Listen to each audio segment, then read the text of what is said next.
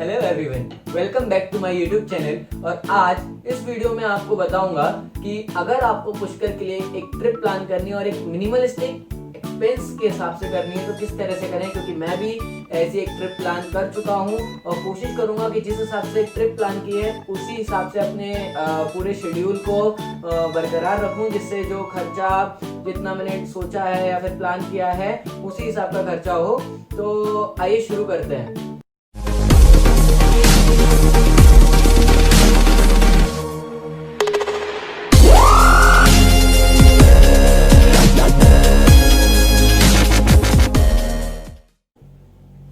सबसे पहले मैं आपको बता दूं, मुझे ट्रैवलिंग का काफ़ी ज़्यादा शौक है और मैं एक स्टूडेंट हूँ, अभी कॉलेज स्टूडेंट हूँ और मेरी तरह कई लोग होंगे और शायद अगर आप ये वीडियो देख रहे हैं शायद आप भी इसी तरह की पसंद रखने वाले इंसान होंगे जिसको कम से कम खर्चे में ज़्यादा प्रोडक्टिव ट्रिप प्लान करने का शौक हो या फिर कंडीशंस कुछ ऐसी हो कि आप मिनिमलिस्टिक एक्सपेंस में एक प्रोडक्टिव ट्रिप प्लान करना चाह रहे हो।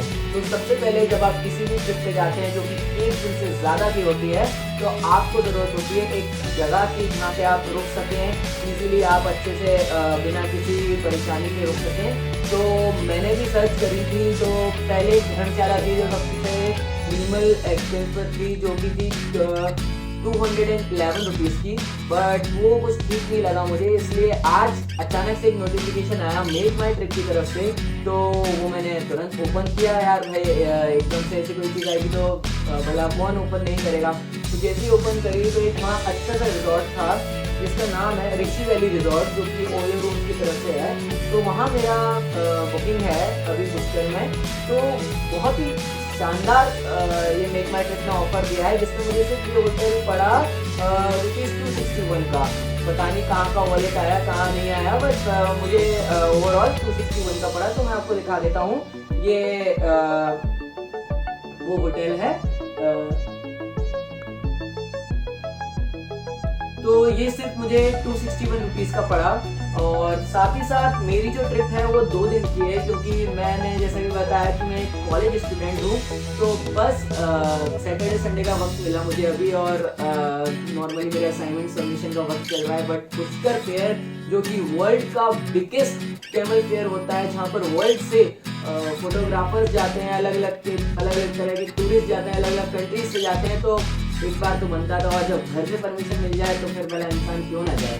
बट यही है मेरा पर्सनल ओपिनियन, यही रहता है कि मैं मिनिमलिस्टिक वे में एक ट्रिप प्लान करूँ और उसे प्रोडक्टिव बनाऊँ। जैसे मेरा अभी पर्सनल रहेगा आप सब तक वो पूरी प्लानिंग पहुँचाने का, साथ ही साथ खुद भी उसे एक प्रोडक्टिव ट्रिप में कन्वर्ट करने का, क्योंकि मैं बेसिकली वहाँ जा रहा हूँ घूमने, प्लस उससे ज़्यादा इंपॉर्टेंट काम है फोटोग्राफी करना। मैं बहुत ही इनिशियल स्टेज पर हूँ, बट स्टेज अगर अभी से मैंने फ्लो बरकरार रखा और बनाए रखा और इसको आगे बढ़ने के लिए मैंने खुद को अप्रिशिएट किया और अलग अलग जगह जाके फोटोग्राफी ट्राई करी, तो इससे बड़ी बात मेरे लिए आप में से किसी भी इंसान के लिए नहीं हो सकती कोई भी इससे बड़ी बात। तो बिना कोई देर किए मैं आपको बता देता हूँ what is in my camera bag. मतलब मैं उस पर जा रहा हूँ तो कौन कौन से गैजेट्स ले जा रहा हूँ और कैमरा के कौन कौन से लेंस ले जाने वाला हूँ बेसिकली। तो मैंने आपको पहले ही बता दिया what is in my camera bag. तो चलिए देखते हैं। तो ये है मेरा कैमरा बैग, ये पिक्सेलॉजी का लोगो मुझे काफ़ी पसंद है, मेरे पेज का नाम। तो मुझे आदत है ये सब चीज़ें साथ में रखने की, तो मैंने कस्टमाइज मंगवाए हुए हैं। तो जैसा कि आप देख सकते हैं मेरा कैमरा बैग, ये जो कैमरा बैग है वो कोई ब्रांडेड कैमरा बैग नहीं है, ना कि मैंने ऑनलाइन लिया है। मैंने बोला ना मुझे मिनिमलिस्टिक चीज़ें पसंद है, तो मैं चांदनी चौक गया था, जैसे कि मैं नोएडा में पढ़ाई कर रहा हूँ तो मेरे लिए काफ़ी पास था वहाँ जाना। तो मैंने अभी नोएडा जाकर यही सब देखा कि चांदनी चौक में ज़्यादा प्रेफर कर रहे थे, तो मैं चांदनी चौक जाकर देखा, अलग अलग बहुत सारी दुकानें ट्राई करी, फिर एक पसंद आया। तो ये मुझे पड़ा 1300 रुपीज़ का। वहाँ का कुछ लोकल ब्रांड है, ब्रांड कुछ भी कह लीजिए आप, बट तो मैंने लिया। तो मैं जो बॉडी यूज़ करता हूँ वो यही है, सोनी अल्फा 6000। ये बॉडी रहेगी मेरे साथ, ये मेरी एक बॉडी है, तो इसी से मैं शूट करने वाला हूँ पुष्कर में जाने के बाद। ये है वाइड एंगल लेंस 1650 mm का, और इसका काफ़ी यूज़ होने वाला है पुष्कर में, क्योंकि आप बड़े वाइड शॉट्स कवर करेंगे, जैसे वहाँ पे कैमल्स वगैरह रहते हैं। तो मोस्टली अगर आपको वाइड एंगल शॉट्स लेने तो मैं इस लेंस का यूज़ करने वाला हूँ। और इसके अलावा मेरा फेवरेट लेंस बन चुका है अभी कुछ ही वक्त में, ये है 50mm प्राइम लेंस 1.8 अपर्चर वाला। तो इसका यूज बेसिकली जो किया जाता है वो यूज मैं करने वाला हूँ पोर्ट्रेट्स खींचने के लिए, तो ये लेंस मैं इसीलिए यूज करूंगा। और साथ ही साथ मेरे पास है 55-110mm लेंस, जिसका यूज मैं करने वाला हूँ दूर से शॉट्स लेने के लिए, क्योंकि मैंने कई वीडियोस देखी और ये भी मेरा पहला ट्रिप है। तो मुझे एक बात सुनने में आई कि वहाँ पर एक ट्रेंड चल गया है, क्या पता हमारी कंट्री के ही फोटोग्राफर्स ने चालू किया या फिर फॉरेन कंट्रीज के फोटोग्राफर्स ने चालू किया, कि वहाँ के लोग आपसे पैसे मांगते हैं जब आप उनके पोर्ट्रेट्स या फिर किसी भी तरह से शॉट लेने की कोशिश करते हैं। नॉट एवरीवन बट स्टिल मांगते हैं, ये काफ़ी ट्रेंड बढ़ गया है वहाँ पर। तो ध्यान रखिएगा, अगर आप पैसे ले जाएं तो 200 या 300 के खुले करा लें, 10-10 रुपये या 5-5 रुपये, और अगर बच्चे हों तो उनके डिस्ट्रिक्ट वगैरह साथ में रखें। तो ये लेंस किस तरह से काम आएगा, लाइक मैं अगर पीछे से खड़ा होऊंगा तो मैं दूर से कुछ अच्छा शॉट लेने की कोशिश करूंगा और इसी तरह से मेरे पैसे भी बचेंगे। तो क्योंकि वो लोग पहचान नहीं पाएंगे कि कितनी दूर से कोई इनका शॉट भी ले रहा है, तो ये बेटर रहेगा। और बोके भी जितना जूम करते हैं तो बोके भी बढ़ता जाएगा। तो ये कुछ चीजें हैं, और मेरा भी फर्स्ट टाइम है पुष्कर का ट्रिप, इसलिए मैं सारे लेंसेज ले जा रहा हूँ। ये फ्लैश है मेरे पास गोडॉक्स का 520 PD सेकंड, और ये भी नया है। आई डोंट नो इसका यूज होने वाला है कि नहीं, बट एज मैंने बताया कि ये पहली बार मेरी ट्रिप है, तो देखते हैं यूज आता है कि नहीं, बट ले जाने में क्या जाता है। और ये कुछ है ना डिफ्यूजर वगैरह है, आई नो क्या पता यूज आए ना आए। आप लोगों को भी अगर कुछ को फोटोग्राफी के बारे में कुछ ज़्यादा नहीं जाता हो तो आप भी कहेंगे इसकी क्या जरूरत है, बट फिर भी ये बिगिनर्स के लिए काफ़ी अच्छा वीडियो बनने वाला है। अभी मैं जाने से पहले सब आपको बता के जा रहा हूँ, और आने के बाद काफ़ी वीडियो मैं डालने वाला हूँ, या फिर उस एक ही वीडियो में सब कुछ मेरी ट्रिप किस तरह से मिनिमलिस्टिक रही, क्या परेशानियाँ आएंगी अगर आप फर्स्ट टाइमर हैं, क्या क्या चीज़ों का आपको ध्यान रखना है, किस तरह से आपको किस वक्त फोटोग्राफी करनी है। जैसे बेसिकली वहाँ पे घाट्स होते हैं, सनराइज सनसेट मेन टाइम होता है। आप चाहें तो आप सुबह निकलें और रात को 8 बजे तक वहाँ रह सकते हैं, और जब चाहें तब आप आ सकते हैं। इट डिपेंड्स अपॉन यू, क्योंकि आपको पता है मुझे किस तरह की फोटोग्राफी करनी है, आपको किस तरह की फोटोग्राफी करनी है आपको पता होगा, तो ये आपके ऊपर डिपेंड करता है। बट इस बार मैं ज़्यादा से ज़्यादा गैजेट्स ले आने की कोशिश कर रहा हूँ कि कुछ नया ट्राई करते हैं, क्या कुछ नया कर सकते हैं, हम ट्राई करेंगे। और मेरे पास सिर्फ 16 GB का मेमोरी कार्ड है, तो मैं साथ में अपना लैपटॉप भी रखने वाला हूँ। ये लैपटॉप मेरे बैग में अच्छे से रख लूँगा मैं, क्योंकि इसमें उसके लिए भी पॉकेट है, जिसमें 17 इंचेस तक के लैपटॉप आ सकते हैं। और ये जो मेरी गोडॉक्स की फ्लैश है उसके साथ मुझे ट्रिगर भी मिला हुआ है, तो उसको भी मैं साथ में रखता हूँ। और बैग काफ़ी लाइट वेटेड है, और इसके साथ में रेन कवर भी है। मैंने बताया चांदनी चौक, मैं इस चीज़ को डिस्क्रिप्शन में भी मेंशन कर दूंगा, और कौन सी फ्लैश है वो भी मैं डिस्क्रिप्शन में मेंशन कर दूंगा, और जिस लिंक से मैंने होटल बुक किया है वो भी मैं डिस्क्रिप्शन में मेंशन करने वाला हूँ। और तो ये था मेरा कैमरा बैग, और एज मैंने बताया सिर्फ सैटरडे संडे के लिए मैं जाने वाला हूँ, तो ज़्यादा कपड़े वगैरह की भी ज़रूरत नहीं है। आप 2 पेयर रख सकते हैं अपने कपड़े, तो उसके लिए भी मैंने नया बैग मंगाया है। तो ये है यूट्यूब का बैग, अच्छा है, अमेज़न से मंगाया है, इसकी भी लिंक मैं डिस्क्रिप्शन में मेंशन कर दूंगा। For the first time, I am using a bag of brand apart from Skybag, VIP, Aristocrat और American Tourister। कुछ नया ट्राई करने का जुनून रहता है इस उम्र में लोगों को, उनमें से मैं भी हूँ। Skybag और ये जो मैंने ब्रांड्स के नहीं मेंशन किए, इनके बैग में यूज़ कर चुका हूँ, और ये काफ़ी ज़्यादा अच्छी क्वालिटी के थे, ये 3-4 साल भी चले। बट एक बार मैंने नया ट्राई करने का सोचा, तो मुझे चाहिए था ये bag, trekking bag, hiking bag जो भी आप कहें। और तो मैंने इस बार ये यूट्यूब का मंगाया भी, काफ़ी एड्स देखने को मिलेगा फेसबुक पर, इंस्टाग्राम पर, अमेज़न पर भी। तो मैंने इस बार इसको मंगा के ट्राई किया है, देखते हैं कितने टाइम तक चलता है। अगर अच्छा चला तो काफ़ी अच्छी बात है। ये मुझे पड़ा था 850 समथिंग का, इसकी मैं लिंक वैसे भी मेंशन करने वाला हूँ। तो आइए बात करते हैं कि आप उस तक किस तरह से पहुंच सकते हैं। So there are various ways, आप बाय ट्रेन पहुंच सकते हैं, बाया बस पहुंच सकते हैं, या फिर आप कार वगैरह करके भी वहां तक पहुंच सकते हैं। पर जैसा कि मैंने आपको बताया कि ट्रिप को मिनिमलिस्टिक रखने की कोशिश करेंगे हम लोग, और मैं भी करने वाला हूँ। तो मुझे अलग अलग तरह की गाइडेंस मिली, मैं काफ़ी रिसर्च की इस बारे में, सीनियर्स से पूछा, और जो लोग जा चुके हैं उनकी वीडियोस भी देखी हैं, आप लोग भी देख सकते हैं मेरी वीडियोस के साथ साथ। तो मैंने एक बात पाई कि लोगों ने अगर दिल्ली से जाना प्रेफर किया तो वो लोग बस से गए, और जिन लोगों को मिनिमलिस्टिक नहीं रखनी थी वो अच्छी अच्छी ट्रेन से भी गई। बस शताब्दी, राजधानी ऐसी ट्रेन भी चलती हैं, बट आई प्रेफर बस। तो मैं सराय काले खान से बस लेने वाला हूँ। राजस्थान रोडवेज की बस प्रेफर करिएगा, क्योंकि बाकी मैं किसी का नाम मेंशन नहीं करूँगा, बट जो आपको अलग अलग जगह ऑनलाइन भी दिखेंगी उन पे आप ट्रस्ट नहीं कर सकते, क्योंकि उनकी टाइमिंग्स होती है काफ़ी अल्टर हो जाती है ड्यू टू वेरियस रीजन। वो सामान रखने में इतना वक्त लगा देते हैं। तो आप भी यही प्रेफर करिएगा। मैंने भी यही प्रेफर किया है कि मैं राजस्थान रोडवेज की बस में आऊँ और पुष्कर तक डायरेक्ट नहीं जाऊँगा, क्योंकि कोई भी बस डायरेक्ट पुष्कर तक नहीं जाती है राजस्थान रोडवेज की फिलहाल दिल्ली से। तो आई नो अगर आप सर्च करेंगे तो बाकी प्राइवेट ट्रेवल्स रहेंगी, बट उन पर आप भरोसा नहीं रख सकते, क्योंकि वो अलग अलग टाइमिंग्स होती हैं उनकी। आप बताते कुछ हैं और पहुंचाते किसी और वक्त हैं, ऐसा मुझे बिल्कुल सर्टिफाइड न्यूज़ मिली है। और साथ ही साथ मैं आपको बता दूं कि जो मेरे अभी सीनियर्स गए रिसेंटली वो 950 की बस थी, तो किराया वेरी करता है 400 to 500 के बीच। तो मैं प्रेफर करूंगा सराय काले खान, जो कि दिल्ली का जाना माना बस स्टैंड है, वहीं से आप बस पकड़ें और अजमेर तक पहुंचे, और वहां से भी पुष्कर तक के लिए बस ही प्रेफर करें, क्योंकि मिनिमलिस्टिक रखें और प्रोडक्टिव बनाए अपनी ट्रिप को। और लौटने का भी मैं सेम प्रोसेस रखने वाला हूँ। सो अभी तो जाने का बिल्कुल मेरा ऑल सेट है, बस आज रात को निकल जाऊंगा पुष्कर के लिए, और मैं अपने काम में लग जाऊंगा कल, और फिर है ना परसों, और फिर उसके बाद आने के जो भी स्टेप होगा आप सबके लिए, जो भी इंफॉर्मेशन होगी वो मैं आपसे शेयर करते रहूँगा। और साथ ही साथ अगर आपसे वेट ना हो तो मैं कुछ ना कुछ शेयर करते रहूँगा अपने इंस्टाग्राम हैंडल से। तो फॉलो करिए Pixelogy on Instagram, and also my personal account Shaikh Aman Usmani on Instagram as well as on Facebook also. Bye guys, see you later. Hello everyone, welcome back to Pixelogy. तो पिछली video में हमने discuss किया था Pushkar trip की planning के बारे में, और इस वीडियो में ओवरऑल पुष्कर एक्सपीरियंस को हम डिस्कस करेंगे। वहां क्या क्या फोटोग्राफी स्टफ था, किन किन लेंस का यूज किया, क्योंकि मैंने आपको पिछली वीडियो में बताया था कि मैं पूरा कैमरा बैग में पूरा स्टफ लेके जा रहा हूं। फिर बाद में आपको आके बताऊंगा कि किन किन चीजों का यूज आया, क्या चीजें यूजलेस रही, मतलब उनका यूज नहीं कर पाया, जिससे आप जब अगली बार अपनी ट्रिप प्लान करें तो एक सिलेक्टेड स्टफ ही ले जा पाए। तो आइए अपन देखते हैं क्या क्या हुआ, क्या क्या नहीं। चलिए शुरू करते हैं।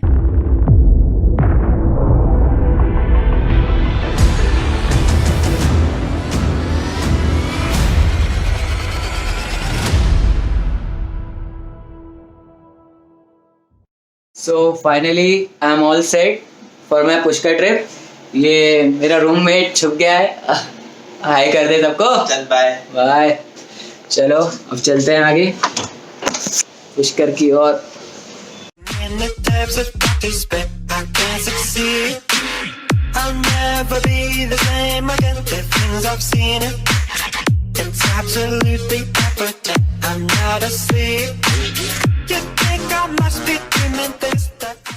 तो अब मैं आ चुका हूँ सराय काले खान मेट्रो स्टेशन पर, जो कि सराय काले खान बस स्टैंड का नियरेस्ट मेट्रो स्टेशन है।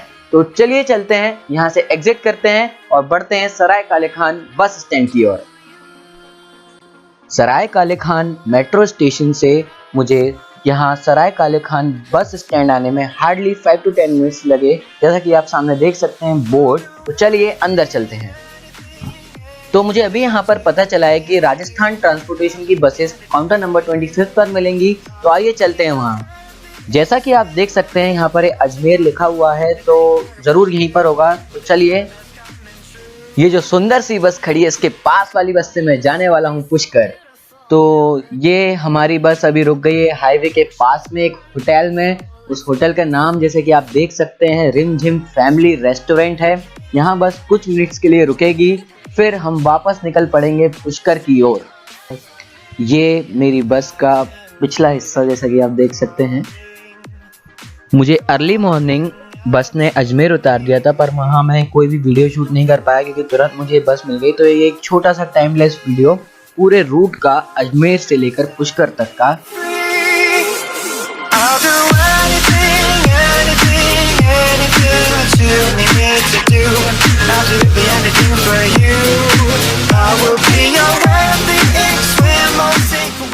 अब मैं पहुंच गया हूं पुष्कर बस स्टैंड पर। तो मैं आ चुका हूं पुष्कर बस स्टैंड। अजमेर से मैंने राजस्थान रोडवेज की बस ली थी। 15 रुपीज़ मेरा फेयर लगा अजमेर से पुष्कर तक आने का। तो अब देखते हैं होटल तक किस तरह से पहुंचते हैं वो भी मैं आपको बताता हूँ। तो चलते मैं आ चुका हूँ अपने होटल में जहाँ मेरी बुकिंग है। तो जैसे कि मैंने वीडियो में बताया था, ये है ऋषि वैली रिजॉर्ट।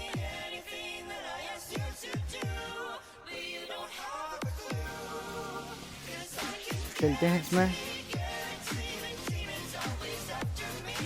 हालत काफ़ी ख़राब है रोड की।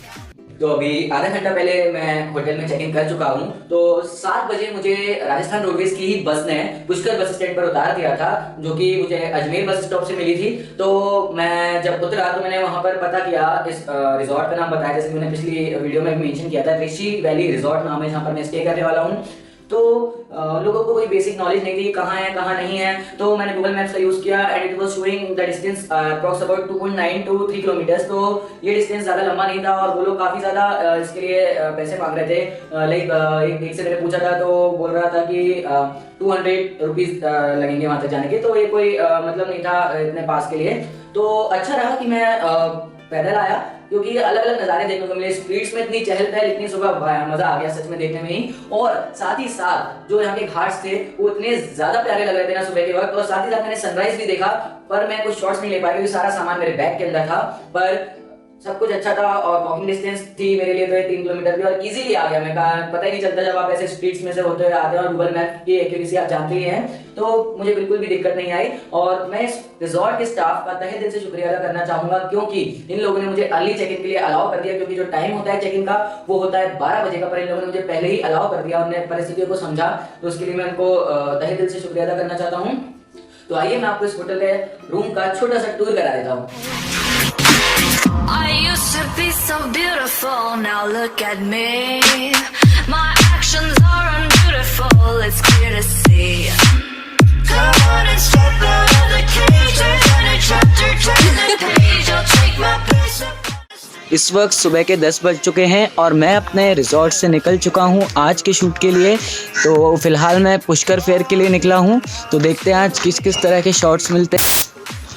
और साथ में मैंने इस वक्त रख लिया है अपना गियर, और जिसमें मैंने लगाया हुआ है 50 mm लेंस। देखते हैं अब किस हिसाब से ज़रूरत पड़ती है तो उस हिसाब से मैं चेंज करता रहूँगा। पूरे 3 के 3 लेंस मेरे पास हैं इस वक्त। तो चलिए जाते हैं पुष्कर फेयर में। सामने मुझे एक जनरल स्टोर दिख रहा है, तो कोशिश करते हैं वहाँ से मुझे अगर 200-300 रुपये के खुले मिल जाएं। जैसा कि मैंने आप सभी को बताया था कि मुझे खुलों की ज़रूरत पड़ेगी, चेंज की ज़रूरत पड़ेगी 10-10 रुपये के, 5-5 रुपये के, 20-20 रुपये के। कोशिश करते हैं। तो गाइस सही रहा कि मैंने उस जनरल स्टोर पर जाके पता किया, मुझे मिल गए हैं खुले। देखिए ये 10-10 रुपये के नोट, ये काम आएंगे अब मुझे। देखते हैं, यूज़ में ना आए तो बढ़िया है उस काम के लिए जिस काम के मैंने कराए हैं। उसके अलावा अगर कहीं और यूज़ आए तो ही अच्छा है। तो चलिए चलते हैं।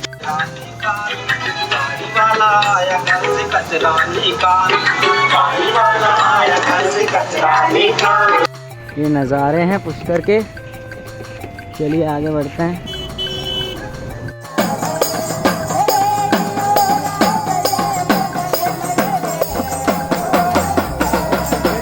तो अभी मुझे पुष्कर फेयर में लगभग आधे से 1 घंटा हो चुका है, और मैंने इन आधे से 1 घंटे में सिर्फ 50 mm का लेंस यूज़ किया था और काफ़ी शॉट्स क्लिक किए हैं। और फॉर्चुनेटली अभी तक सिर्फ जो मैंने वो ट्रेंड के बारे में ज़िक्र किया था अपनी वीडियो में, उसके हिसाब से मैं बचा हुआ हूँ, क्योंकि मैं बच गया इस चीज़ से। क्योंकि सिर्फ 20 रुपीज़ मेरे खर्च हुए, सिर्फ 2 लोगों ने मांगे, और वो लोग कुछ उनकी फाइनेंशियल कंडीशन इस तरह की थी, उन्होंने मुंह पे बोला, इसलिए उनको मैंने दे दिए हैं। और अब मैंने लेंस चेंज करके लगा लिया है 1650 लेंस लगा लिया है, जिससे कि मैं अब वाइड एंगल शॉट्स क्लिक कर सकूं। तो अब मैं चलता हूं, अब कुछ वाइड एंगल शॉट्स क्लिक करते हैं। A few moments later. मैं काफ़ी थक गया हूँ और अब मैं वापस जा रहा हूँ अपने होटल में। थोड़ी देर आराम करूँगा और ये कैमरा वगैरह को भी चार्ज पर लगा लूँगा, और फिर वापस आएंगे। सनसेट से पहले आ जाएंगे और फिर रात तक रुकेंगे। 2 hours later.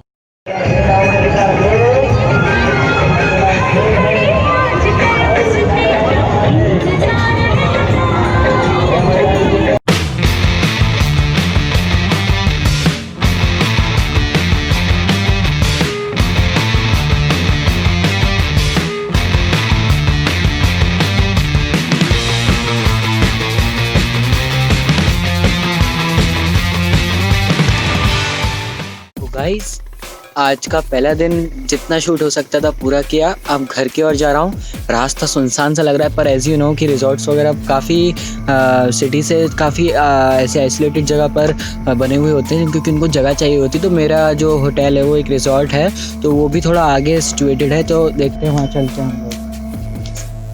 फाइनली रूम में आ चुका हूँ। मैं काफ़ी ज़्यादा थक चुका हूँ, कंधे तो इतने ज़्यादा दुख रहे हैं कि मैं क्या बताऊँ। एक जगह बैग रख दिया है और अब बस सोऊंगा। ज़्यादा से ज़्यादा अगर हिम्मत हुई तो एक आध पिक अपलोड करूँगा, फिर सो जाऊँगा क्योंकि कल जल्दी भी जाना है। तो कल मिलते हैं। इस वक्त सुबह के 6:30 बजने वाले हैं और मैं निकल चुका हूँ चेकआउट करके अपना पूरा सामान लेके कुछ शॉट्स लेने। कल मुझे लोगों ने बताया कि इस वक्त कैमल ग्रेस करके आते हैं तो अच्छे शॉट्स आते हैं, क्योंकि अच्छे खासे बल्क में आते हैं वो लोग और अच्छे शॉट्स आते हैं जब एक साथ काफ़ी सारे कैमल होते हैं और वो लाइन से चल के आ रहे होते हैं। तो देखते हैं। इस वक्त तो मैंने अभी प्राइम लेंस लगाया हुआ है 50 mm का, पर मैं वाइड एंगल पर स्विच कर लूँगा तुरंत जैसे ही मुझे कोई शॉट मिलेगा। तो finally guys I am leaving Pushkar. अब मैं अजमेर जा रहा हूँ क्योंकि यहाँ तक आया था तो दरगाह शरीफ जाना ज़रूरी था। अब हम स्विच करते हैं शॉट्स की ओर, जो अलग अलग लेंसेज का यूज करके लिए हैं मैंने। सबसे ज्यादा वाइड एंगल मेरे को पसंद आया और मेरा favourite lens basically prime lens है, उससे भी शॉट्स आए। पर ऐसी जगह जब जाते हैं यहाँ पे आपको अच्छे अच्छे सिलुएट्स मिलते हैं, अच्छे अच्छे लैंडस्केप शॉट्स मिलते हैं, तो वहाँ वाइड एंगल लेंस काफी ज्यादा काम आता है और बाकी आपका खुद का पर्सपेक्टिव पे डिपेंड करता है। तो आइए हम मूव ऑन करते हैं हमारे शॉट्स के ऊपर।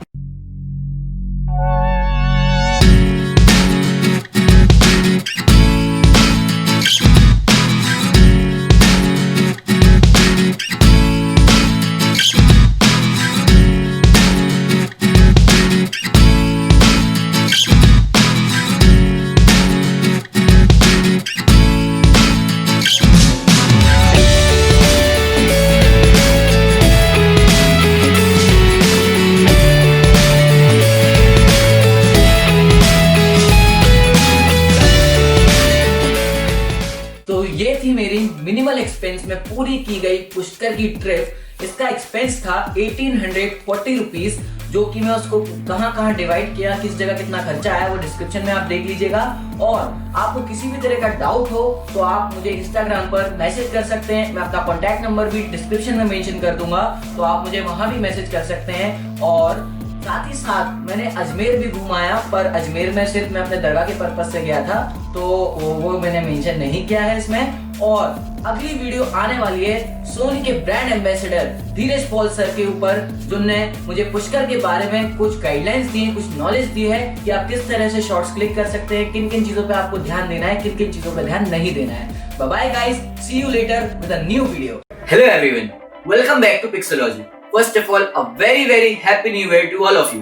तो पिछली वीडियो में जैसा कि मैंने कहा था कि नेक्स्ट वीडियो में धीरज पॉल सर जो कि सोनी अल्फा इंडिया के ब्रांड एम्बेसडर हैं, और साथ ही साथ अमरीश देसाई सर जो कि मुंबई के एक रिनोन फोटोग्राफर हैं, उनके साथ एक छोटा सा इंटरव्यू जिसमें उन्होंने पुष्कर फोटोग्राफी के ऊपर कुछ टिप्स शेयर करी हैं, वो वीडियो आएगी। तो ये वीडियो उसी के ऊपर है।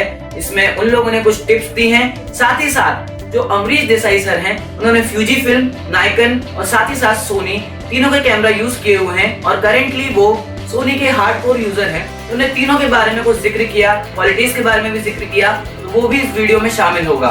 तो चलिए चलते हैं वीडियो की ओर।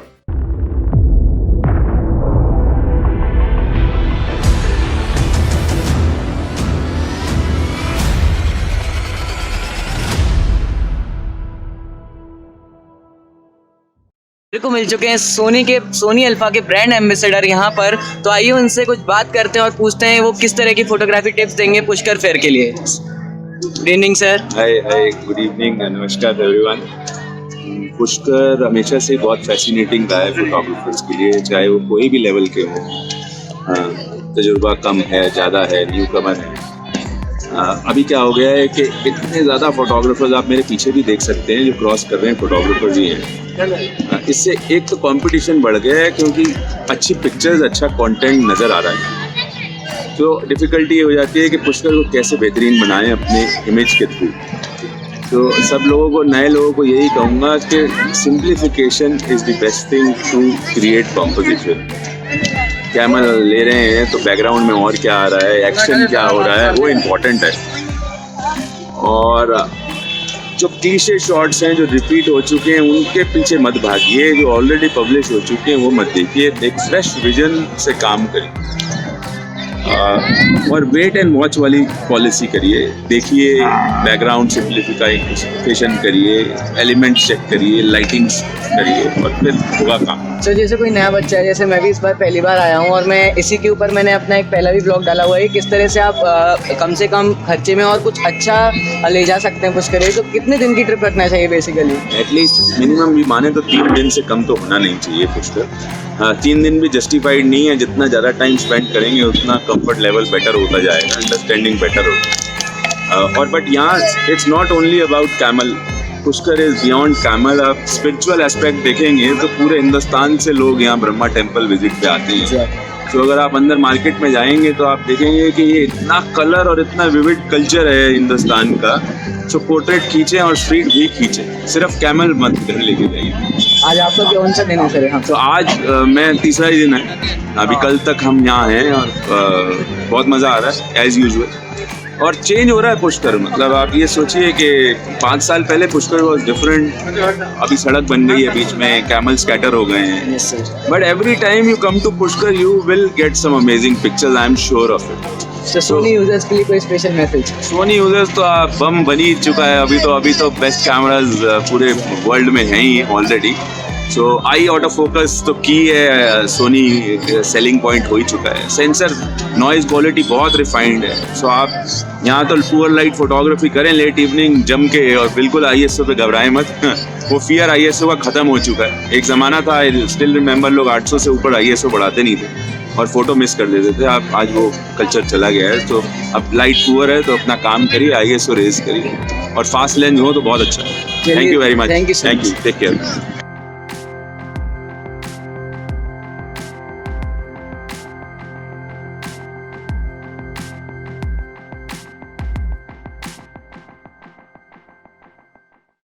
तो अब धीरज पॉल सर के बाद हमारे साथ हैं अमरीश देसाई सर। वो काफ़ी सालों से फोटोग्राफी कर रहे हैं और ये मुंबई से हैं। तो आइए जानते हैं इनका क्या कहना है पुष्कर फेयर 2019 के बारे में और फोटोग्राफी टिप्स इनकी तरफ से क्या क्या हैं।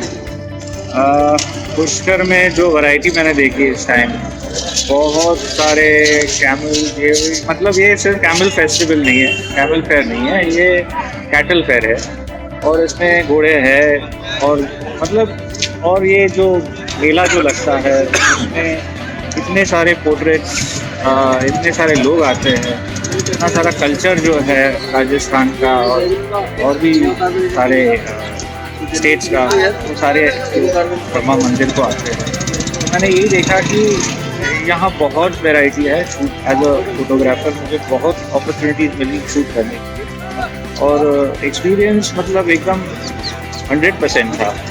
और अभी तो मेरे पास ये सोनी का जो इक्विपमेंट है तो उससे तो मतलब और भी मज़ा ही आ रहा है शूट करने में। मुझे सोनी से एक बात याद आई, आप निकॉन भी यूज़ कर चुके हैं, फ्यूजी फिल्म भी यूज़ कर चुके हैं और अब आप हार्डकोर सोनी यूज़र भी बन चुके हैं। तो क्या कहना है इन तीनों के बारे में?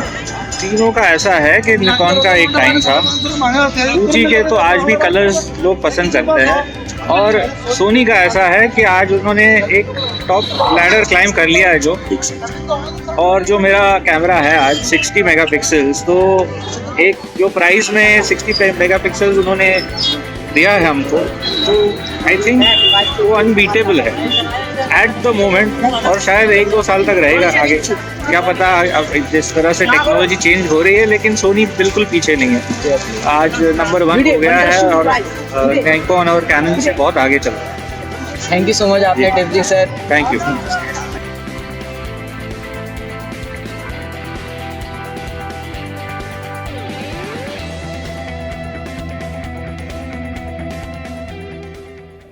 तो इस वीडियो में आपको जानने को मिली कुछ टिप्स पुष्कर फोटोग्राफी के ऊपर।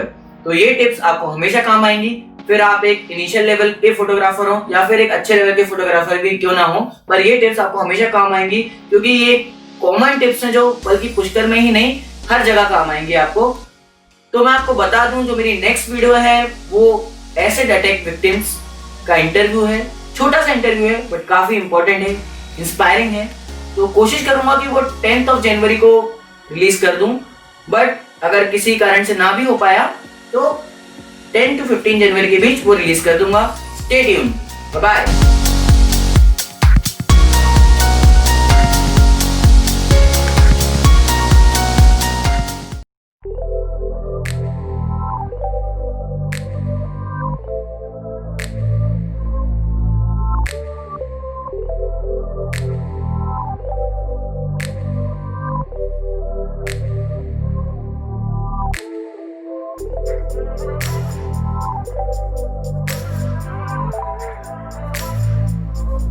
Hello everyone, welcome back to new video. तो आज हम देखेंगे इस वीडियो में bokeh stencil photography. So bokeh actually एक जापानीज वर्ड है जिसका मतलब होता है ब्लर, और हम सब जानते हैं DSLR हमें ब्लर इफेक्ट देता है, और जिसके पीछे काफ़ी लोग मरते हैं कि हम लोग अपने ब्लर वाले फोटो खिंचा लें। ऑब्जेक्ट्स के और इंसानों के साथ अलग अलग तरीके से ब्लर इफेक्ट्स का यूज़ कर सकते हैं। तो आज हम सीखेंगे किस तरीके से हम डिफरेंट स्टेंसिल्स का यूज़ करके नए नए इफेक्ट क्रिएट कर सकते हैं और अच्छी अच्छी फोटोज क्लिक कर सकते हैं। तो आइए शुरू करते हैं।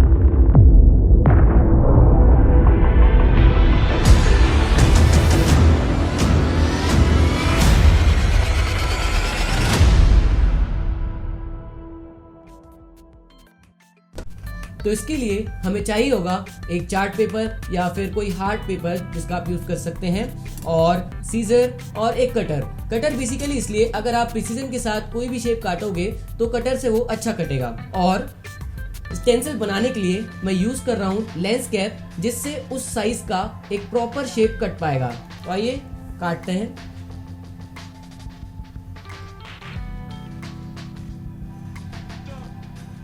आप इसमें अलग अलग तरह के शेप्स काट सकते हैं, जैसे स्टार, या फिर आप अपने चैनल का नाम, अपने इंस्टाग्राम पेज का नाम लिख सकते हैं। मैं भी कोशिश करूंगा कि मैं अपने पेज का नाम लिख के आपको बताऊं। हम यहाँ सीजर का यूज़ करेंगे।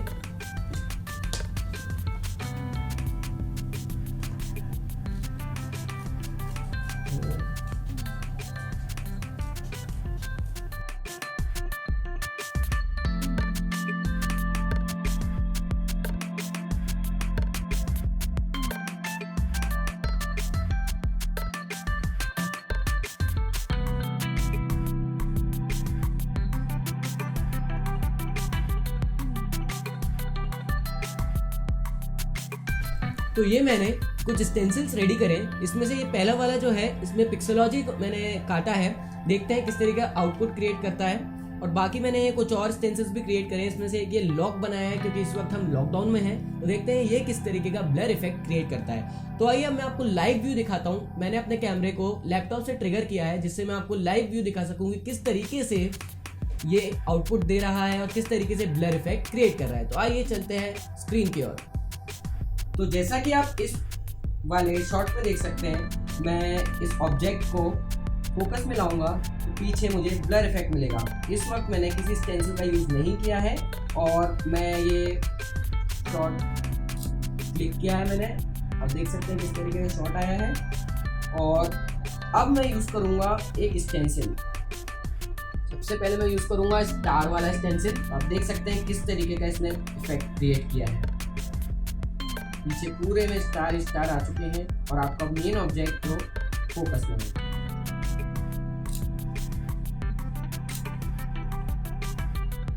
अब हम और बाकी के बचे हुए ट्राई करेंगे।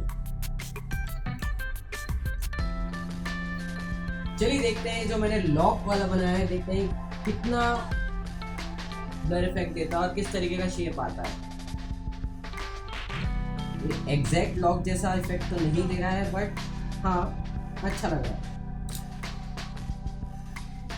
जैसा कि आप देख सकते हैं, जो पिक्सेलॉजी वाला मैंने स्टेंसिल बनाया था उसमें जो कुछ लेटर्स हैं वो मिस हो रहे हैं, वो पूरे लेंस में नहीं आ पा रहे हैं, इसलिए जो बचा हुआ पार्ट है वो इसमें आप देख पा रहे हैं। तो आप इस तरीके से अपना कोई भी छोटा सा नाम या फिर कोई भी कोड या किसी भी तरह के नंबर से लेटर्स का यूज़ करके एक पीछे बोके क्रिएट कर सकते हैं।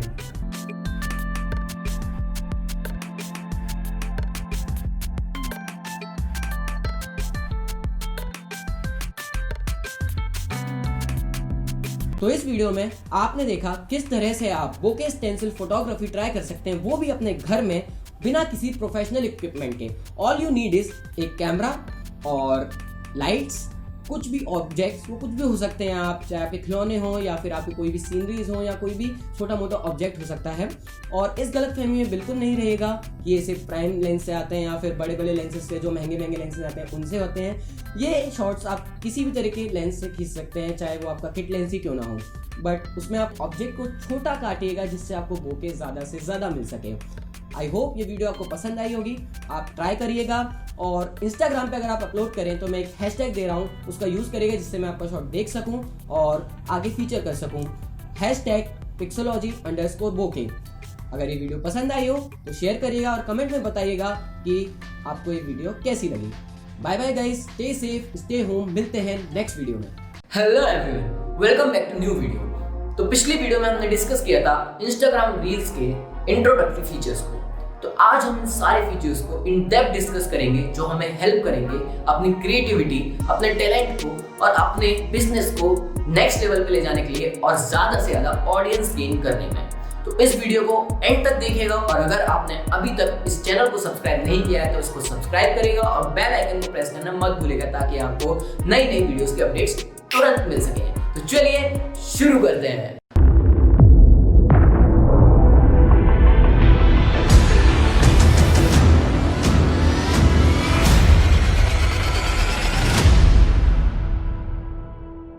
तो जैसा कि हम सब जानते हैं इंस्टाग्राम रील्स बिल्कुल टिकटॉक जैसा है, पर हम सब ये भी जानते हैं कि Instagram is way better than TikTok और इसके जो स्टैंडर्ड्स हैं वो भी नेक्स्ट लेवल है और इसका यूज भी हम नेक्स्ट लेवल तरीके से कर सकते हैं। So in this video I will tell you how we can reach more and more audience and how we can promote our creativity, our talent and our business too. So जो पहली चीज आती है इंस्टाग्राम रील्स के बारे में वो ये है कि हमारी वीडियो 15 सेकंड्स या फिर उससे कम की होना चाहिए, तभी आप इंस्टाग्राम रील्स पर अपनी वीडियो अपलोड कर पाएंगे। दूसरी बात, इंस्टाग्राम रील्स हमें टिकटॉक जैसे कुछ फीचर्स अलॉट कराता है, जैसे ऑडियो, टाइमर, स्पीड और इफेक्ट्स। इफेक्ट्स वही है जो हम फिल्टर्स यूज करते आ रहे हैं इंस्टाग्राम में और इसमें भी हम यूज कर पाएंगे। तो चलिए अब मैं अपने फोन में आपको दिखाता हूँ किस तरीके से हम रील्स का यूज कर सकते हैं। तो यहाँ मैंने खोल लिया अपना इंस्टाग्राम अकाउंट। यहाँ पे टॉप लेफ्ट कॉर्नर में आप देख सकते हैं कैमरा आइकन जहाँ से हम अपनी स्टोरीज यूजुअली अपलोड करते हैं। तो हम इस पर क्लिक करेंगे और यहाँ हमें मिल जाता है रील्स फीचर। तो यहाँ जैसा मैंने आपको बताया ऑडियो, स्पीड, इफेक्ट और टाइमर। सो ऑडियो वही, या तो आप अपनी वीडियो में नॉर्मल ऑडियो डाल सकते हो या फिर पहले ही ऑडियो चूज करके उस पर लिप सिंक कर सकते हो। यार मत करना है, रहने दो, टिकटॉक था चला गया, बीता करके वही रहने दो। स्पीड वही, आप अपनी वीडियोस को स्लो मोशन में कर सकते हैं, आप अपनी वीडियो को फास्ट फॉरवर्ड कर सकते हैं। इफेक्ट्स वही, अलग अलग इफेक्ट हम यूज कर सकते हैं। What's your post lockdown adventure, भाई मत पूछी मत। इसी तरह से हम अलग अलग इफेक्ट्स का यूज कर सकते हैं, यहाँ पे अलग अलग फीचर्स का यूज कर सकते हैं। और इसी तरह आप अलग अलग अपने जो आपके फोन में पहले से वीडियोस हैं उन्हें भी अपलोड कर सकते हैं, बट 15 सेकंड्स तक की ही। सो टाइमर क्या है? टाइमर ये है कि आप इसमें सिलेक्ट कर सकते हैं कि आपको कितने टाइम की वीडियो अपलोड करनी है, वो अपने आप बंद हो जाएगा।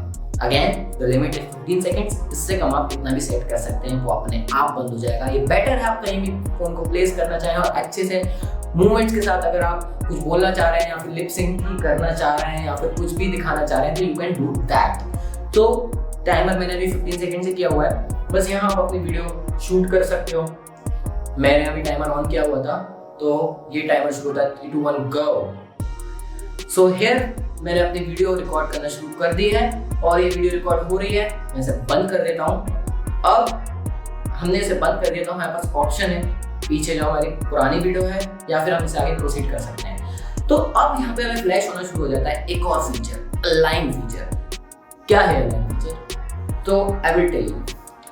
ये जैसा कि आप देख सकते हो कि मैं आपको मेरा जो लास्ट फ्रेम था वो आपको दिख गया है क्योंकि मैंने अपनी वीडियो शुरू में ही छोड़ दी। अगर किसी रीजन से आप या भूल गए हो या जो भी रीजन रहा हो, अगर आप वहीं से स्टार्ट करना चाहते हो ताकि आपका फ्रेम अलग ना दिखे, तो आप अपने चेहरे को वापस से वहीं अलाइन कर सकते हो और उसी तरीके से अपनी वीडियो को अगेन शुरू कर सकते हो एज टाइम रिमेनिंग है। अगर 15 सेकंड्स में सब कुछ हो चुका है तो यू हैव नो ऑप्शन। तो हम इसको आगे प्रोसीड करते हैं। हमारे पास अगेन ये पूरी वीडियो आ जाती है। हम इसको फिर और आगे प्रोसीड करेंगे और now we have the option to enter our caption and hashtags. तो हैशटैग अपनी जगह है। अगर हम बात करें कुछ फेमस हैशटैग्स की जिसमें हम चाहते हैं कि जो वो इंसान है उस तक हमारी चीज पहुंचे, तो for that purpose you may use hashtags and caption तो हम डालते ही हैं, बट ये एक्सप्लोर फीड पे अपने आप चली जाएगी एज आपका अकाउंट पब्लिक है तो अपने आप किसी ना किसी को टकरा जाएगी और अपने कंटेंट को इतना कैची रखने की कोशिश करिए कि इंसान रुक जाए और आपकी एटलीस्ट 15 सेकेंड्स की वीडियो को पूरा देखे और आपकी इतनी अट्रैक्टिव और इतनी अपीलिंग होना चाहिए वीडियो कि वो आपके पेज पर आ जाए, आपकी रीच बढ़ेगी और आप जिस भी प्रोडक्ट का, जिस भी टैलेंट का, जिस भी क्रिएटिव चीज का प्रमोशन कर रहे हो यूजिंग रील्स, उसका पर्पस फुलफिल हो सकता है। तो this is how we can use reels. अब बात करते हैं बहुत बड़े डिसएडवांटेज रील्स के, नहीं टिकटॉक के बारे में नहीं कह रहा मैं। यहाँ सबसे बड़ा डिसएडवांटेज ये है, you can't edit your caption on the tags. अभी तक जितना भी अपडेट इंस्टाग्राम ने दिया है उस हिसाब से you can't edit your caption. एक बार जो आपने कैप्शन एंटर कर दिया दैट्स इट, एक बार जो आपने टैग्स एंटर कर दिए दैट्स इट। अगर आप टैग यूज करना भी भूल गए तो आप बाद में ऐड नहीं कर पाएंगे, जैसे हम पुराने पोस्ट में अपने कर देते हैं। And here we get 3 options. Reels में तो शेयर होता ही है, अदरवाइज यहाँ आप इस टैब पे स्विच करेंगे अगर स्टोरीज वाले पे, तो you may upload your video on your stories also, we have the option. और उसके अलावा ये पूछता है कि आपको फीड में शेयर करना है या नहीं। कुछ लोग फीड में शेयर करते हैं ताकि उनकी फीड में भी वो रील्स की वीडियो दिख जाए, एज एक और IGTV जैसा रील टैब भी हमारी प्रोफाइल पे दिखने लगा है। अदरवाइज वो एक्सप्लोर फीड में अपने आप चली जाएगी, जिन भी लोगों को दिखेगी वो लोग उसे देखेंगे और अगर आपका कंटेंट अच्छा होगा तो वो आपके पेज को भी अप्रोच करेंगे। तो जितना मैंने अभी नोटिस किया, मेरी नॉर्मल रीच जा रही है 500 व्यूज, 600 व्यूज, अभी तक इतना ही गया है। बाकी आगे देखते हैं किस तरीके से इसका ट्रेंड कंटिन्यू रहता है। तो हम इस फीचर का किस तरीके से यूज करें, हमें ज्यादा से ज्यादा ऑडियंस गेन हो या फिर हमारा बिजनेस या हमारा प्रमोशन ज्यादा से ज्यादा लोगों तक पहुंचे। सो फर्स्ट ऑफ ऑल मैं पहले डिस्कस कर चुका हूँ, अपने कंटेंट को कैची रखें। सपोज मैं आपका कंटेंट देख रहा हूँ, एकदम से फ्लैश होता है, मैं स्क्रॉल कर रहा हूँ क्योंकि क्वारंटीन चल रहा है, लोग स्क्रॉल करने बैठे रहते हैं। लोगों को अगर कुछ अच्छा मिलेगा they will definitely serve your page. तो हम अपना कंटेंट इतना कैची रखें कि यार ये तो काफी अच्छा कंटेंट और मैं रुक जाऊँ और आपके कंटेंट को अप्रोच करूँ। और अगर मुझे ऐसा लगा कि हाँ यार ये फोटोग्राफर अच्छा है, so I may hire you for my particular work. अगर आप इवेंट फोटोग्राफी करते हैं, फूड फोटोग्राफी करते हैं या फिर आप प्रोडक्ट फोटोग्राफी करते हैं, तो मैं आपके कंटेंट को देख के आपको अप्रोच कर सकता हूँ। If you are a singer तो आपका टैलेंट ज्यादा से ज्यादा लोगों तक पहुंचेगा। लिपसिंग देखो, जितने भी टिकटॉकर्स थे उन्होंने अपने स्टॉक वीडियोस डालना शुरू कर दिए हैं, काफी ज्यादा सब कुछ हो चुका है। इंस्टाग्राम में मीम्स भी काफी हैं, बट आप अपना कंटेंट डेफिनेटली प्रमोट कर सकते हैं using the reel feature of Instagram. तो उसके अलावा अगर मैं बात करूं बिजनेस, तो बिजनेस में आप अलग अलग तरह से अपने बिजनेस को प्रमोट कर सकते हैं। फॉर एग्जाम्पल जैसे मेरा फोटोग्राफी का बिजनेस है, तो I will upload my BTS, behind the scenes upload करूंगा, किस तरीके से मैं शूट कर रहा हूँ। देन इन द लास्ट 4 और 5 सेकंड्स में एकदम से अपने आउटपुट को फ्लैश कराऊंगा कि यार मैं ये कर रहा था and now here is my output. And apart from that, if we talk about a business form, तो आप उसकी मार्केटिंग कैसे कर सकते हो। लेट अस सपोज आप सोशल मीडिया हैंडलिंग करते हो और अलग अलग उसके पार्ट्स हैं, बीट फेसबुक, बीट इंस्टाग्राम, तो you can make a great video जो सामने वाले को दिखे, वीडियो दिस थिंग, और वो एकदम से रुक जाए। कुछ ऐसा होना चाहिए, पॉप होके आना चाहिए और वो रुक जाए और आपको अप्रोच करे आपका कंटेंट देख के कि हाँ यार ये बंदा सही है, ये मेरा काम कर सकता है। और इसके अलावा एक और चीज़, आप अपने सिंगिंग वीडियोस, डांसिंग वीडियोस, अपने फोटोज कैसे हैं। लेट अस सपोज कोई फोटोग्राफर है, उसे अपने फोटोज दिखाने हैं, यार मुझे पता है मेरा कंटेंट बहुत अच्छा है, मैं अपने कंटेंट को इस तरीके से प्रमोट करूंगा। 15 सेकंड्स में कुछ इस तरीके से स्लाइड्स होगी, अच्छे से आपके फोटोज जा रहे हैं और ऐसे पॉप होके आ रहे हैं कि बस सामने वाले को मजा आ जाए, हाँ यार ये बंदा सही है, मैं इसको फॉलो करूंगा या फिर मैं इसको हायर करूंगा, या जिस भी पर्पज से वो आपके पेज पर आया और आपको फॉलो कर रहे। तो इस तरीके से आप अपनी ऑडियंस गेन कर सकते हैं। इसको प्रोडक्टिव तरीके से यूज करें, हमें करना ही चाहिए मोस्टली चीज़ों को, क्योंकि इंटरटेनमेंट तो है ही। उसके अलावा हमें इस पर्सपेक्टिव से भी हर एक चीज को देखना चाहिए कि हम उससे अपना फायदा, इंसान की नहीं बोल रहा, इंसान तो मतलब ही होता है, छोड़ो, बट एक ऐसे फीचर से आप अपना फायदा कैसे निकाल सकते हैं ये आप सोच सकते हैं। I have given you various ideas किस तरीके से आप कर सकते हैं, और अगर आपको कुछ और जरूरत हो तो you may contact me on this particular Instagram handle, ये मेरा हैंडल है, आप यहाँ कॉन्टेक्ट कर सकते हैं मुझे। और अगर आप रील्स में कुछ अच्छा कर रहे हैं, कुछ क्रिएटिव कर रहे हैं, तो आप मुझे डेफिनेटली टैग करिएगा ताकि मैं वो वीडियो देख पाऊँ और उसे शेयर कर पाऊँ। तो this was all about Instagram reels. जो कुछ भी अभी तक पता चला है, इंस्टाग्राम ने जितना अपडेट लाया है, और कंटेंट तो छोड़ो, कंटेंट की बात मत करो, सब वो तो पुराना कंटेंट भी आ गया, बट हमें इसको अच्छे तरीके से यूज करना है, इस प्लेटफॉर्म को बहुत अच्छे से यूज करना है ताकि इसे हम अपने कंटेंट से ऊपर उठा सकें। क्योंकि जो भी एक प्लेटफॉर्म होता है ना, उसके कंटेंट से ऊपर होता है, किस तरह का कंटेंट वो रखता है। तो हमें इंस्टाग्राम को इसी हद तक रखना है और उसके और ऊंचा ले जाना है, अपने कंटेंट को रिच रखते हुए, और हम इस तरीके से अपने बिजनेस को भी प्रमोट कर पाएंगे और इसी तरीके से हम ऑडियंस भी गेन कर पाएंगे। So this was all about this particular video. आप मुझे कमेंट सेक्शन में बताइए आपको और कौन सी चीजों पर वीडियो चाहिए, किस जगह आपको कोई परेशानी आती है, या किसी चीज के बारे में आपको डाउट्स हैं, या फिर आप किसी चीज को खरीदने से पहले कुछ सोच रहे हैं, आपको डाउट्स हैं, आप चाहते हो कि मैं उसे क्लियर करूं अपनी वीडियोस में, तो आप कमेंट सेक्शन में बताइए। और चैनल को सब्सक्राइब करना मत भूलिएगा क्योंकि ऐसी ही अच्छी अच्छी वीडियोस इस चैनल पे आती रहेंगी। तो stay tuned guys, I will be back with a new video soon. Bye bye guys, stay safe, stay home. Hello everyone, welcome back to new video. Xender, Shareit, CamScanner, ये कुछ ऐसे apps हैं जो कि ban होने के बाद भी हमारे फ़ोन में बिल्कुल उसी पेस के साथ काम कर रहे हैं। तो क्या हमें इन ऐप्स को यूज़ करना चाहिए, और अगर नहीं तो इनके अल्टरनेटिव्स क्या हैं? तो आज की वीडियो में हम यही डिस्कस करेंगे। तो चलिए शुरू करते हैं।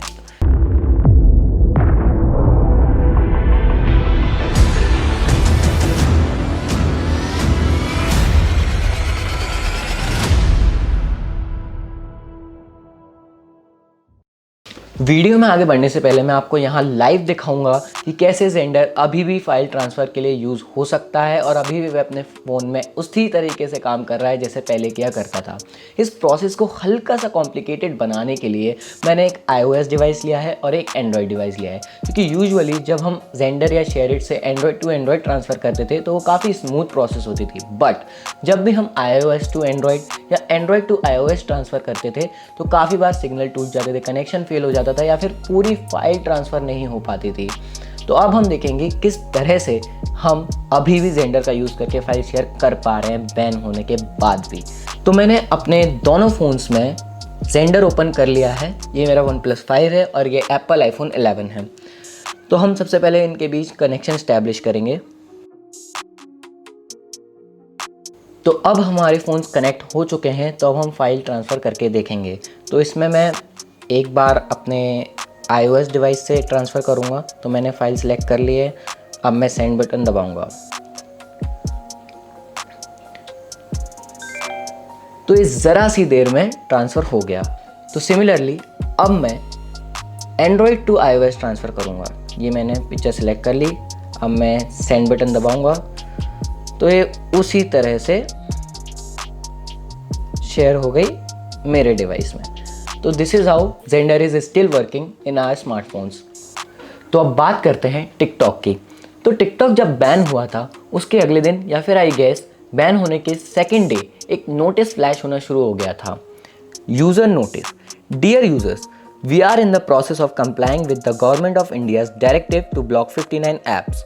Ensuring the privacy and security of all our users in India remains our utmost priority। तो ये जो टिकटॉक ने किया वो कंस्ट्रक्टिव क्रिटिसिज्म कहलाता है। अब कंस्ट्रक्टिव क्रिटिसिज्म वो होता है जब आप किसी भी नेगेटिव चीज़ को पॉजिटिव वे में लेते हैं। जैसे एग्जांपल के लिए आपने मेरा वीडियो देखा, और जैसा कि मैं हमेशा कहता हूँ अपना फीडबैक अपने कमेंट सेक्शन में दीजिएगा, और मेरे दोस्त भी मुझसे मिलते जुलते रहते हैं तो वो मुझे अपना फीडबैक देते रहते हैं। तो लेट अस सपोज मेरी किसी वीडियो का एक फीडबैक दिया मेरे दोस्त ने, क्या रमान video quality was amazing but यार साउंड क्वालिटी इतनी अच्छी नहीं थी।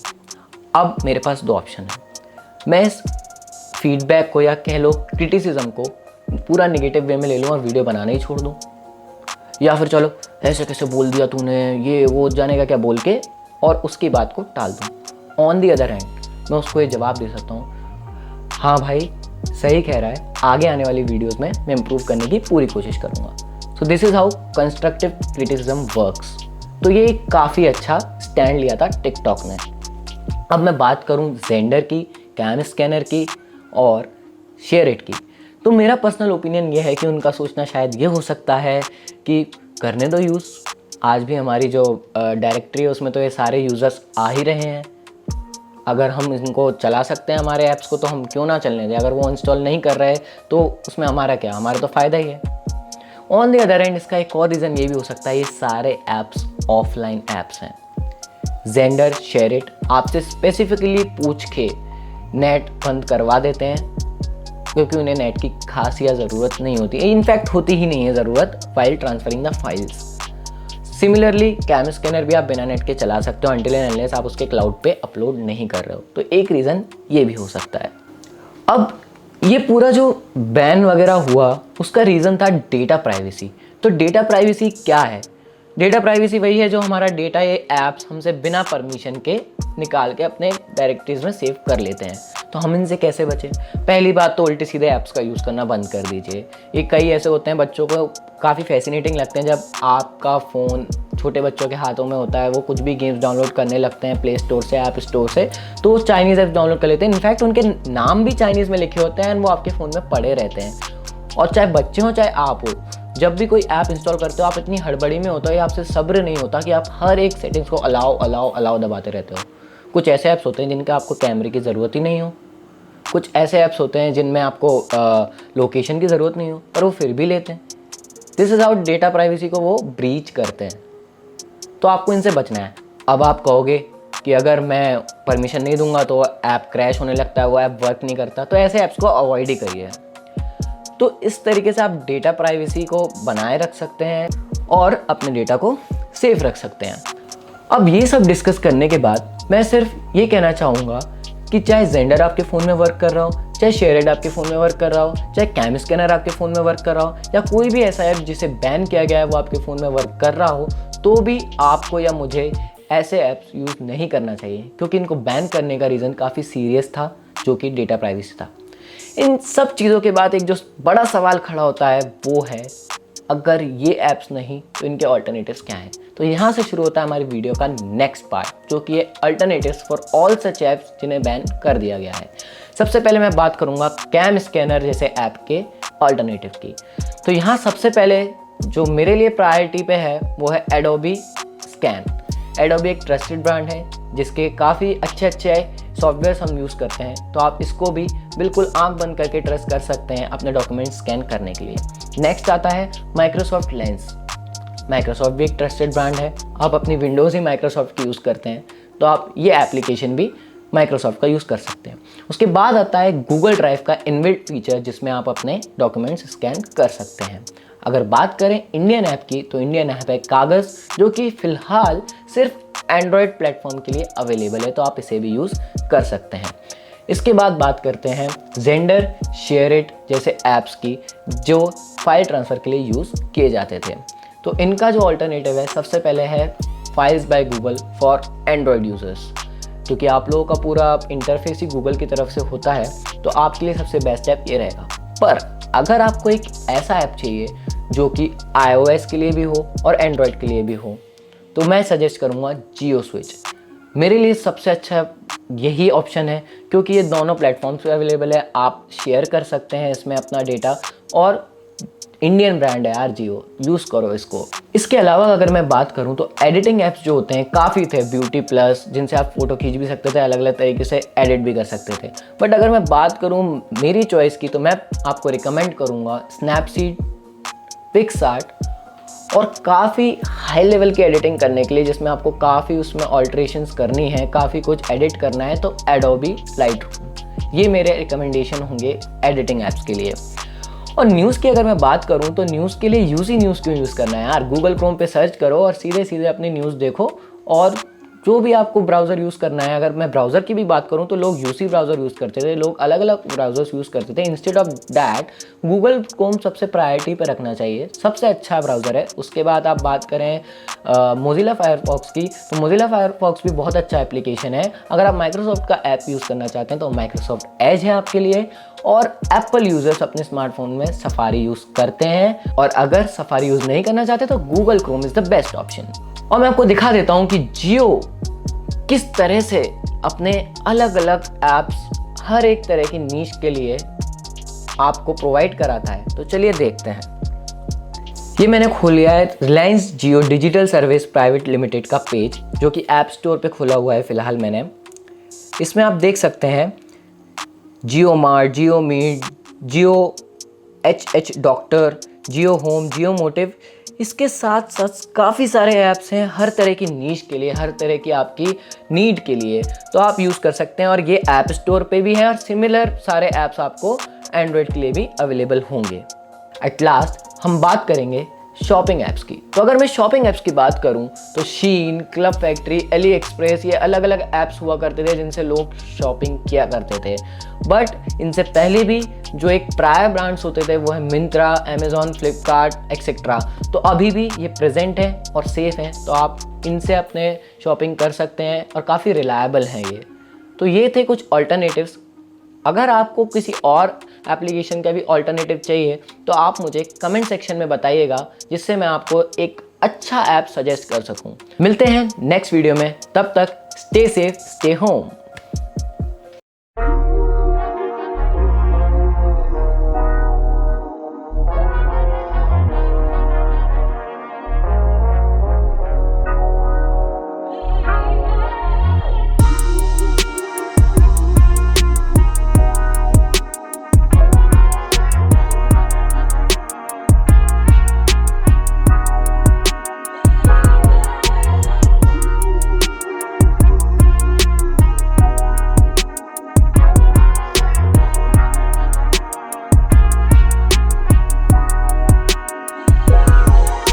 हे everyone, welcome back to new video. तो आज की इस वीडियो में हम देखेंगे स्काईविक की सिग्नी 1 सीरीज के 25mm मोबाइल मैक्रो लेंस की अनबॉक्सिंग। इस वीडियो में हम देखेंगे कि मैक्रो फोटोग्राफी होती क्या है और कैसा है ये सिग्नी 1 सीरीज का 25mm मोबाइल मैक्रो लेंस, कैसी है इसकी बिल्ड क्वालिटी और क्या क्या है इस बॉक्स के कंटेंट्स। तो चलिए शुरू करते हैं।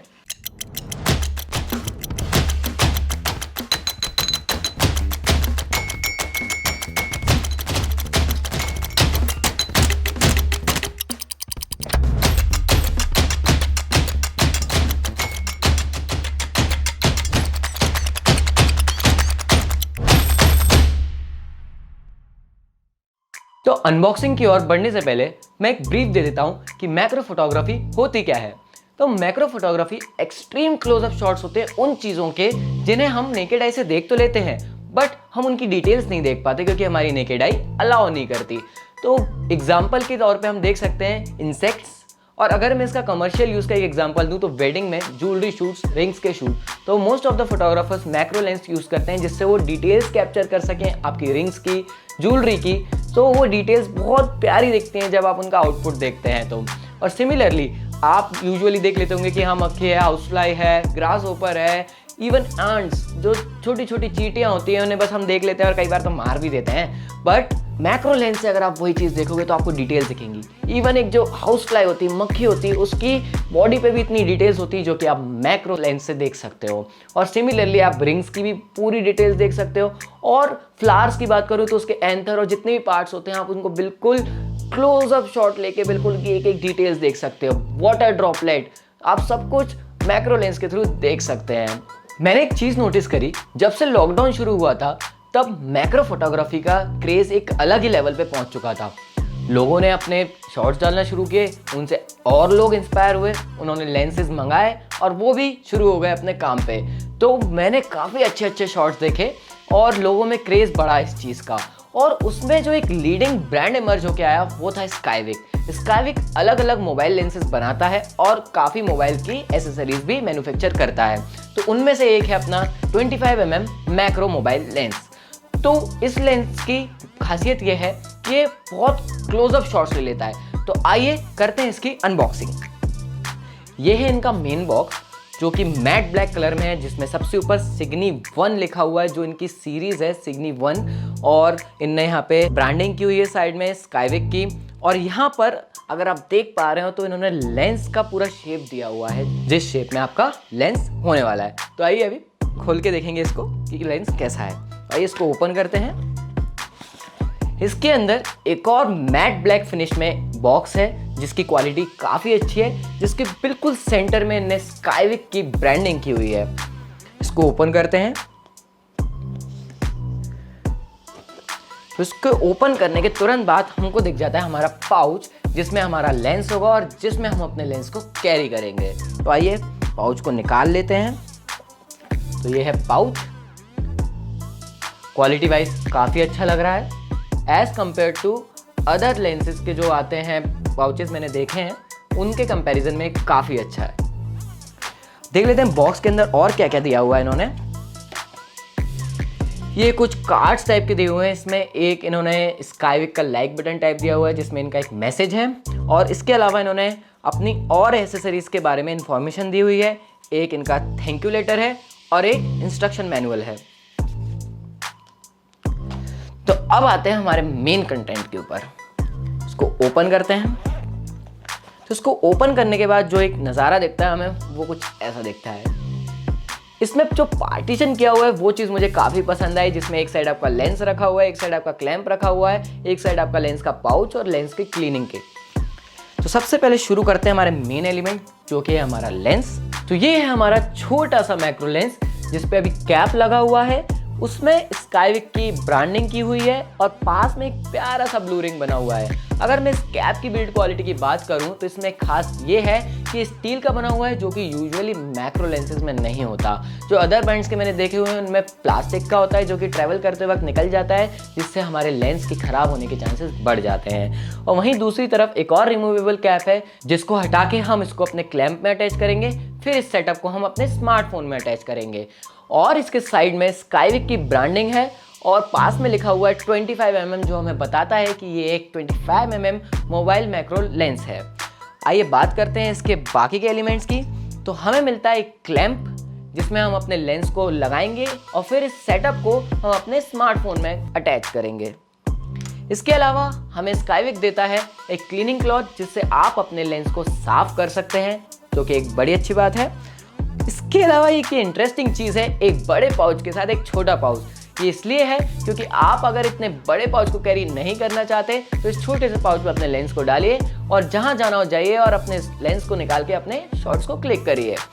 इसके अलावा जो सबसे अच्छी बात लगी मुझे, ये एक हुड दिया हुआ है इन्होंने, जिसे हम अपने लेंस पे लगा लेंगे। और इसका एक खास यूज़ जो मैंने नोटिस किया कि आप जब भी किसी ऑब्जेक्ट के पास जा रहे होंगे तो एक स्टेबिलिटी और एक यूनिफॉर्म डिस्टेंस मेंटेन कर पाएंगे, जिससे आपके शॉट में क्लैरिटी और डिटेल ज़्यादा से ज़्यादा आ पाएंगी। और अगर ग्राउंड पे है तो आप इजीली इसको प्लेस कर सकते हैं और अच्छे अच्छे शॉट्स क्लिक कर सकते हैं। लेंस हुड के बाद जो एक लास्ट एलिमेंट बचता है वो है ये हुक।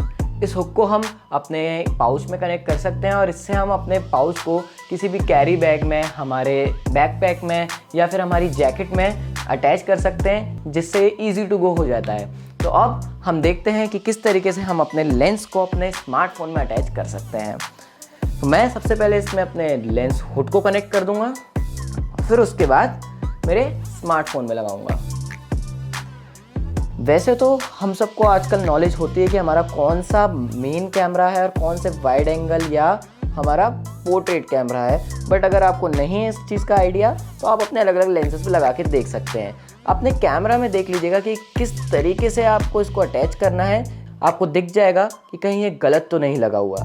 इसको लगा के फिर आप जिस तरह के शॉट्स क्लिक करना चाहते हैं आप कर सकते हैं। तो ओवरऑल अगर मैं इस लेंस की बात करूं तो ये लेंस बहुत ही शानदार है। इसकी बिल्ड क्वालिटी बहुत ही शानदार है। इसका काम जितना मैंने अभी यूज़ किया हुआ है इसको, उस हिसाब से कहूँ तो बहुत ही ज़्यादा अच्छा है और मैं रिकमेंड करूंगा कि आप इसको लें। तो ये अवेलेबल है अमेज़ॉन पे और स्काईविक की साइट पर भी अवेलेबल है और इसकी जो प्राइस है वो है 2599 रुपीज़, जो कि एक अच्छी प्राइस है शानदार बिल्ड क्वालिटी की चीज़ के लिए। और मैं आपको दिखा देता हूँ सैम्पल शॉट्स जो मैंने इस लेंस का यूज़ करके क्लिक करे हैं और आगे इसको और यूज़ करने के बाद एक डिटेल्ड रिव्यू दूंगा कि ये लेंस कैसा है और किस तरीके से आप मैक्रो फोटोग्राफी कर सकते हैं इस लेंस को यूज़ करके, और क्या डिफ़िकल्टीज आप फेस करेंगे और किस तरह से आप उन डिफ़िकल्टीज को ओवरकम करके बहुत ही शानदार आउटपुट निकाल सकते हैं। तो टिल देन स्टे ट्यून और चैनल को सब्सक्राइब करना मत भूलना, जिससे आपको अच्छी वीडियोस मिलती रहें, और बेल आइकन को जरूर प्रेस करिएगा जिससे आपको तुरंत पता चले कि एक नई वीडियो आ चुकी है। Till then stay safe, stay home and keep clicking. Bye bye guys.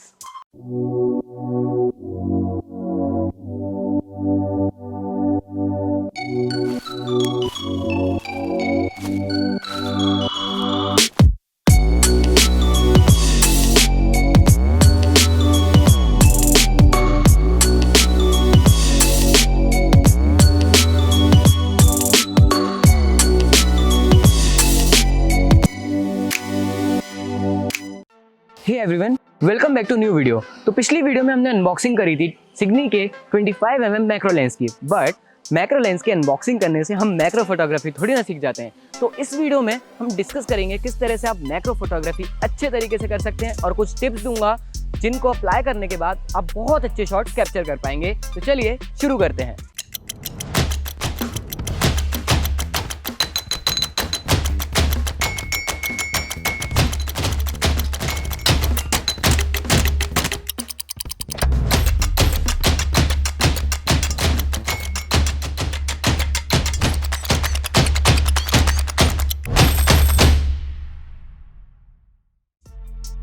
तो सबसे पहले हम हमारे लेंस को साफ करके अपने मोबाइल पे माउंट करेंगे। मोबाइल पे माउंट करने के बाद आपको सब कुछ ब्लर दिखेगा और आपको लगेगा ये क्या कर दिया मैंने, पर ध्यान रहे ये मैक्रो फोटोग्राफी है। एंड मैक्रो फोटोग्राफी, जैसा कि मैंने हमेशा आपको बताया है कि एक्सट्रीम क्लोजअप शॉट होते हैं, तो इसके लिए आपको काफ़ी पास जाना पड़ता है। तो इस चीज़ को ध्यान में रखते हुए हमें ये अभी ब्लर दिखेगा, हम जैसे ही हमारे सब्जेक्ट के पास जाएंगे तो ये हमारा सब्जेक्ट अपने फोकस में आएगा, और इस तरीके से हम हमारी मैक्रो फोटोग्राफी को शुरू करेंगे। तो चलिए खींचते हैं कुछ शॉट्स।